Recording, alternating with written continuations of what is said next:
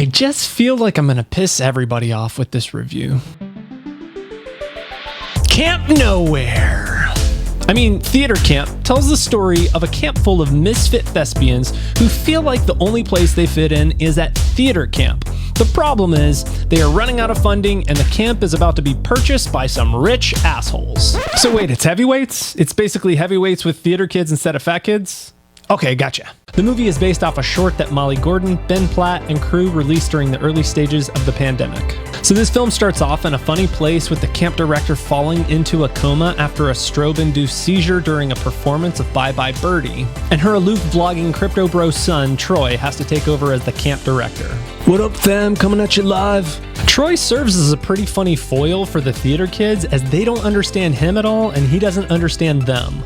He's kind of like Jim Bro, and they're total thesbos. This is where the movie is at its best, when everybody is living into their fullest versions of themselves. There are some interesting themes in the movie about being true to who you are, regardless of what the cost is. I think so often in life we're afraid of truly stepping into who we really are. It can be scary, daunting. What if people don't like us? What if they call us a chud?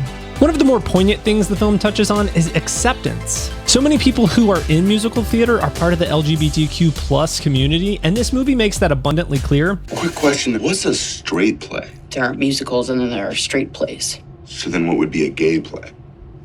I guess a musical. So what happens when you have an outsider within that setting? A straight white hetero bro. What happens when they don't belong? So I want to take a quick pause to talk about how context for a movie really matters. So where are you seeing the film? Are you high or drunk? Who are the people you are with? Are the people in the theater annoying as shit? All of these things play a role into your enjoyment level of a movie.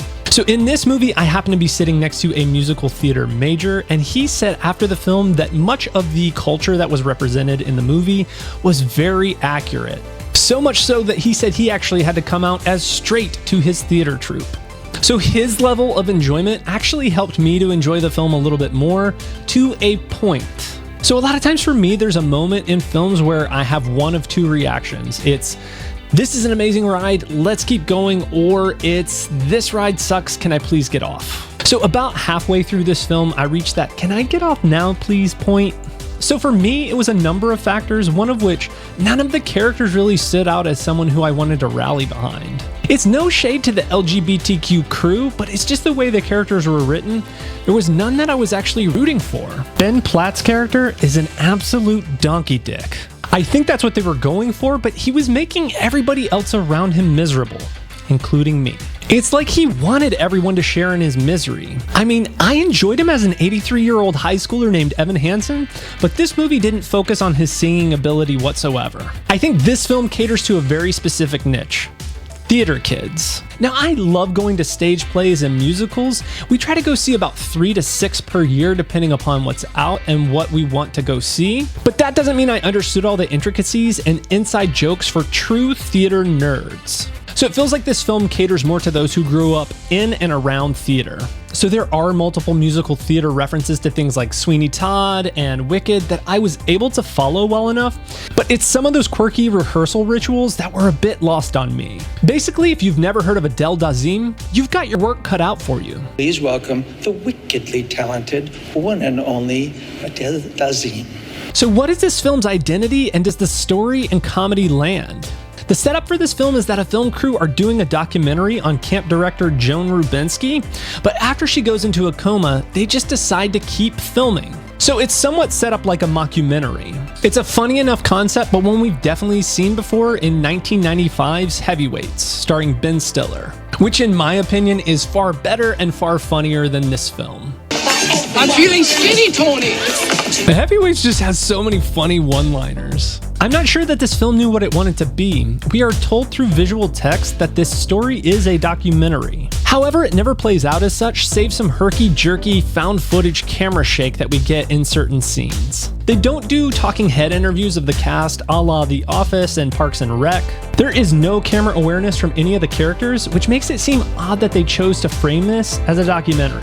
The main reason I think they chose to do this is they would have occasional pop-ups on the screen with text that would tell us what was going on with certain characters. It would fill in some of the gaps that they didn't actually show through storytelling. It was done for comedic effect, but it didn't always land. The comedy in general was funny in spurts here and there, but no actual belly laughs. Our theater seemed to really enjoy the movie, and they were laughing quite a bit, so I wouldn't say don't go see this movie. You may really enjoy it. It just didn't fully land for me as a comedy or a story that I felt truly invested in. I feel like we haven't had a great comedy in a number of years. I recently saw The Machine starring Burt Kreischer and Mark Hamill, and I absolutely hated that movie. It was one of the least funny things I've seen in years. At this point, you may be thinking to yourself, does this guy even know comedy? Does he even laugh at anything? I do. It's interesting that stand-up comedy has reached such a fever pitch, and comedy films seem to be languishing in an uncomfortable and safe purgatory. I don't feel like they're pushing the boundaries in the ways that they used to with comedies like 40-Year-Old Virgin, Knocked Up, I Love You Man, Forgetting Sarah Marshall. The film clocks in at an hour and 28 minutes, but it feels a lot longer because of the slow pacing of the film. So who is this movie for? Theater camp is for, well, theater kids, theater parents, theater people. It feels like a very specific niche moviegoer experience. Basically, the movie doesn't have mass appeal, and that's okay. I think others who appreciate theater can enjoy the film, but will miss a lot of the nuances and inside jokes that people outside of the theater just won't get. Is the movie funny? Yes, it's funny in places and it will cause you to chuckle, but it's not a standout comedy. I think it's what the kids are calling mid. I believe the kids are saying it has a MIDI.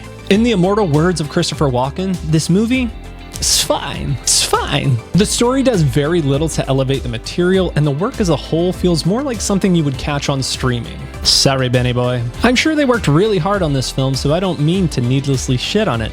If you're interested, go check it out for sure. But what did you think of Theater Camp? Or what is your favorite camp movie or TV show? Any Salute Your Shorts fans out there? This thing came apart. Let me know down in those comments, like, subscribe, and if you're interested in a movie that really deserves your money at the box office, click here and I will catch you in the next one.